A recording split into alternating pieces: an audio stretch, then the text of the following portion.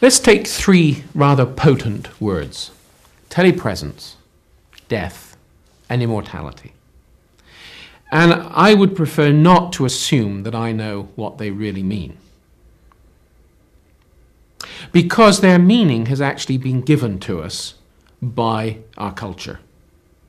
Our culture is being transformed in many ways by these new technologies, and actually by a technology of telepresence.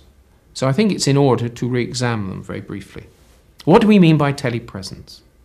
What we mean is our capacity to be in many places at the same time, or at different times, to engage in interactions with other people who also similarly are distributed presences, and to exist as a presence, a coherent presence for those other people, just as we have existed as a total presence, a total being in face-to-face relationships. That's not such a strange idea when you look at what presence is.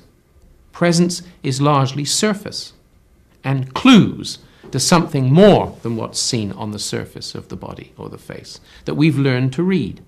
And in telepresence, that is, distributing my presence throughout electronic networks so that I appear in cyberspace or on screens or even just through texts which are printed out or through, as it were, an artificial mediating voice, whatever form the telepresence may take, to the extent that that is a coherent whole, and it can be, then I am present in that telecommunication medium, in that other place at that other time. That's one thing. What do we mean by immortality? We presumably then mean by immortality continuation of presence. I remain with you. You remain with me indefinitely. I am available. I can be there. I can be present. If telepresence brings all the attributes that material presence brings in an interaction with another being, then I am there. I'm there as much as I am here, certainly in the perception and the consciousness of the person who is interacting with me. Immortality is this continuation of the self through the networks.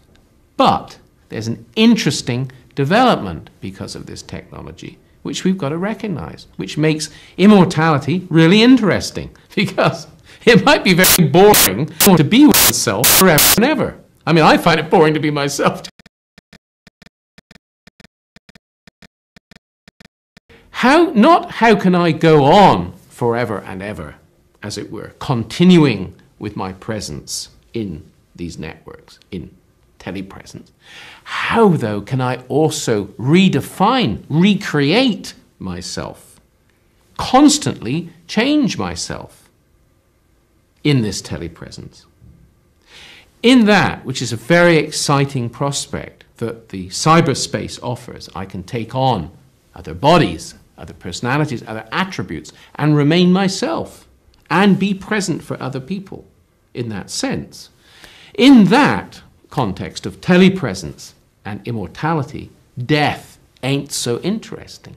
We're not so interested in death. And it's certainly not the big number, the big dominant thing that hovers over us all. Now, I'm not stupid.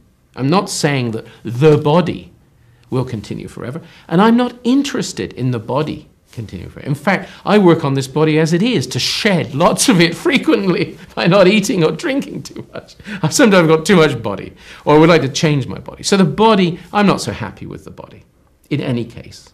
And many, many people have really severe reasons for not being happy with their bodies. Like they don't have much of it left. No arms, no legs. This is a serious point I'm trying to make. So, continuation, immortality, beating death with that body. This is not interesting. In fact, the question of the death of the body is fine. We're quite happy about the death of the body. What we're interested in is the immortality of consciousness, the immortality in the telepresence.